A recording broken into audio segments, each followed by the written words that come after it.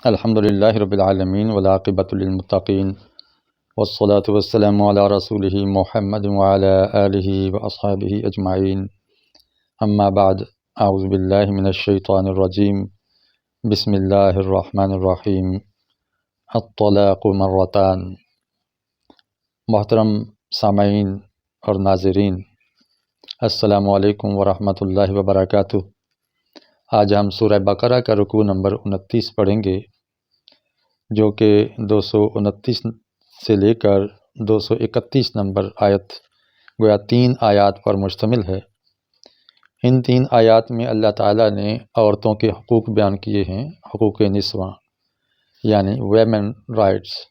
عورت کا ایک حق بیان یہ کیا ہے کہ اس کو طلاق اگر دی جائے تو بھلے طریقے سے ہونی چاہیے، بھونڈے طریقے سے طلاق نہ دی جائے۔ تو طلاق کا درست طریقہ اس کے اندر بیان ہوا ہے۔ نمبر 2، اگر خاوند طلاق نہیں دیتا اور لٹکائے رکھتا ہے اور تنگ بھی کرتا ہے تو پھر عورت کو حق ہے کہ وہ اس کو کچھ رقم دے کے، معقول رقم دے کے اس سے طلاق لے سکتی ہے، جس کو خلع کہتے ہیں۔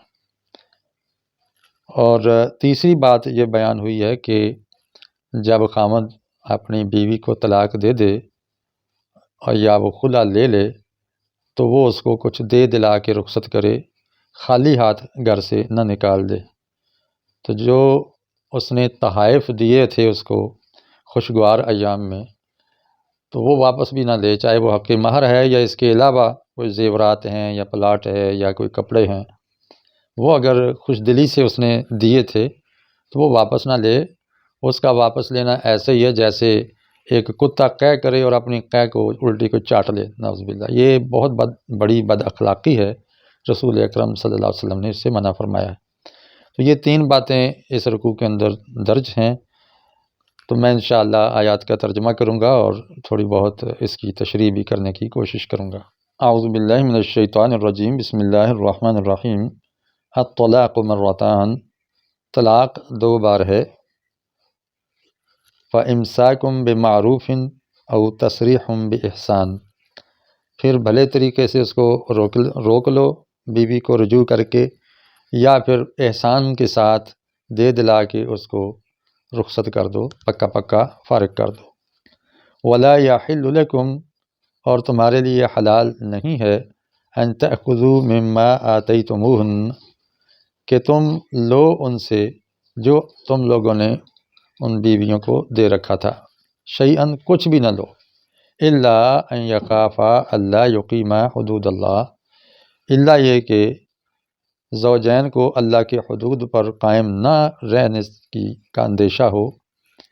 فَإِنْ خِفْتُمْ أَلَّا يُقِيمَا حُدُودَ اللَّهِ، اور اگر تمہیں خوف ہو کہ تم اللہ کی حدوں کو قائم نہیں رکھ سکو گے، فَلَا جُنَاحَ عَلَيْهِمَا فِي مَا افْتَدَتْ بِهِ، تو پھر کوئی حرج نہیں ہے ان دونوں پر کہ جو عورت خود سے اپنے خامد کو کچھ لوٹا دے، فدیہ دے دے اور اپنی جان چھڑا دے، خلا کر لے۔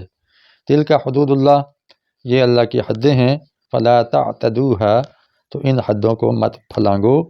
ومن یتعد حدود اللہ، یاد رکھو جو اللہ کی حدوں کو پار کرتا ہے، فاولئک هم الظالمون، یہی لوگ ظالم ہیں۔ عرب معاشرے میں یہ بات چلی آ رہی تھی کہ عورت کو بے تحاشا طلاقیں دیتے تھے۔ یہاں اسلام نے تو کہا نا کہ زیادہ سے زیادہ 2 دیں اور پھر تیسری دے کے فارغ کریں، وہ تو سینکڑوں ہزاروں طلاقیں دیتے تھے۔ بیچاری عورت ان کے گھر کے اندر پس جاتی تھی کہ طلاق دی، پھر رجوع کر لیا، پھر طلاق دی، پھر رجوع کر لیا۔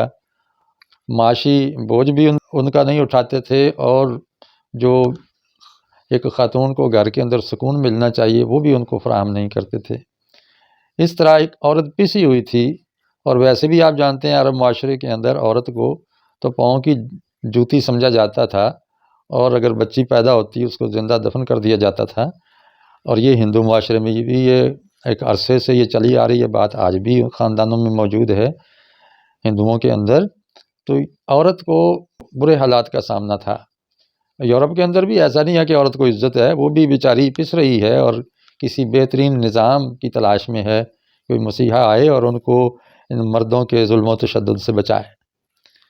تو اللہ تعالیٰ نے عرب معاشرے کو یہ سسٹم دیا کہ آپ اگر طلاق دیں گے تو ایک دفعہ طلاق دیں طہر کی حالت میں، پیریڈ کے اندر، عدت کے اندر اندر اگر رجوع کر سکتے ہو تو آپ رجوع کر لیں اگر اصلاح ہو جاتی ہے، اور اگر پھر بھی ناچاکی ہی رہتی ہے تو پھر دوسرے طہر کے اندر دوسری طلاق دو، پھر اس عدت کے اندر آپ رجوع کر سکتے ہیں۔ اگر پھر بھی نباہ نہیں ہو رہا، حالات بہتر نہیں ہو رہے، لڑائی جھگڑا بدستور جاری ہے، تو پھر آپ تیسری طلاق دیں گے اور اس کو رخصت کر دیں گے، وہ طلاق بائنہ ہوگی۔ اس طرح اللہ تعالیٰ نے سوچ بچار کا بھی موقع دیا اور عورت کو بہت جلدی گویا اس چنگل سے نجات بھی دے دی ہے۔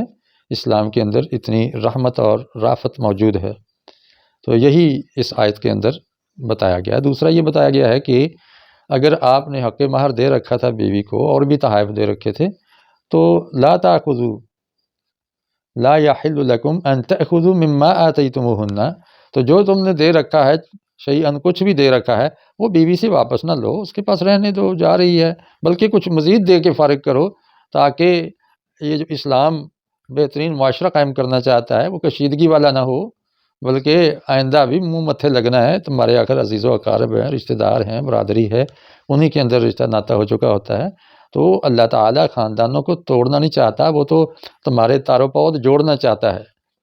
ہاں، اگر آپ سمجھتے ہیں کہ آپ رجوع کے بعد بھی یا دوبارہ نکاح کے بعد بھی نہیں رہ سکتے ہیں اکٹھے، اور عورت سمجھتی ہے کہ مجھے مشکل ہی رہے گی، تو وہ کچھ پیسے دے کے خلا کر لے، لیکن اب عورت سے ڈیمانڈ ایسی نہ کی جائے کہ وہ اس کے بس میں ہی نہ ہو۔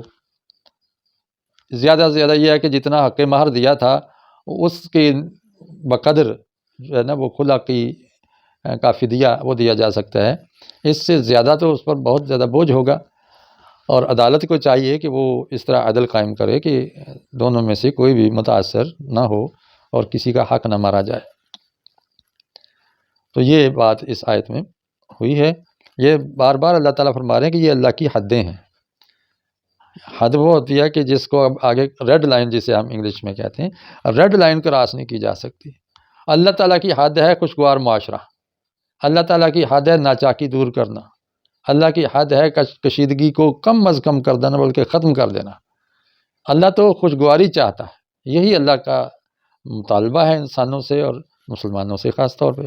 وَإِن طَلَّقَهَا، اگلی آیت میں فرمایا کہ اگر اس نے اس کو طلاق دے دی، فَلَا تَحِلُّ لَهُ مِن بَعْدُ حَتَّى تَنكِحَ زَوْجًا غَيْرَهُ، اگر تیسری طلاق بھی اس نے دے دی ہے، اب اس کے بعد اس کو رجوع کا حق نہیں ہے، حتیٰ کہ دوبارہ نکاح بھی اس کے ساتھ نہیں کر سکتا۔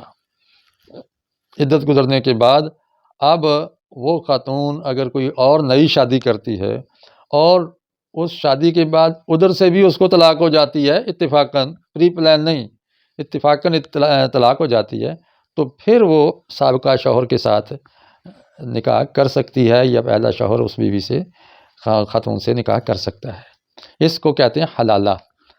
اب لوگوں نے اپنی طرف سے بھی منصوبے بنائے ہوئے ہیں، اور اللہ کی اس آیت کے ساتھ بھی لوگوں نے مذاق کیا ہے کہ وہ پری پلان شادی کرتے ہیں، حلالہ کرواتے ہیں نعوذ باللہ، اور وہ کہتے ہیں جی آپ مجھے اتنے عرصے کے لیے اپنے پاس نکاح میں رکھ دیں، پھر مجھے طلاق دے دینا تاکہ میں سابق شوہر کے ساتھ واپس چلا جاؤں، اب میری سیٹنگ ہو گئی ہے۔ تو یہ غلط ہے۔ اتفاقاً بغیر دباؤ کے اگر دوسرا شوہر بھی طلاق دیتا ہے تو تب اس کو جائز حلالہ کہتے ہیں۔ فَإِن طَلَّقَهَا فَلَا جُنَاحَ عَلَيْهِمَا، اب اگر اس کو دوسرا خاوند بھی طلاق دے دیتا ہے تو پھر ان دونوں پر کوئی حرج نہیں ہے، سابق میاں بیوی آپس میں نکاح کر کے جڑ سکتے ہیں، ان یتراجعا، کہ وہ دونوں رجوع کر لیں، ان ظنا ان یقیما حدود اللہ، لیکن اب دوبارہ جو شادی ہوگی اس میں یہ شرط ہے کہ اللہ کی حدوں کو قائم رکھو، یعنی صلح صفائی کے ساتھ رہنا ہے، گھر میں پھر ٹکڑیکا نہیں ہونا چاہیے۔ وَتِلْكَ حدود اللہ، یہ اللہ کی حدیں ہیں، یبینھا لقوم یعلمون، اللہ تعالیٰ ان حدوں کو بیان کر رہا ہے علم والی قوم کے لیے۔ اب جاہل قوم ہے اور جاہلیت پر اتری ہوئی ہے اور جھوٹی غیرت، جھوٹی عزت کے پیچھے لگی ہوئی ہے اور اللہ کی حدوں کو پامال کر رہی ہے، تو ایسی قوم کو تو جتنا مرضی آپ سمجھا لیں کوئی سمجھ نہیں آئے گی، وہ اپنی برادری کی روایات پہ ڈٹے ہوئے لوگ ہیں۔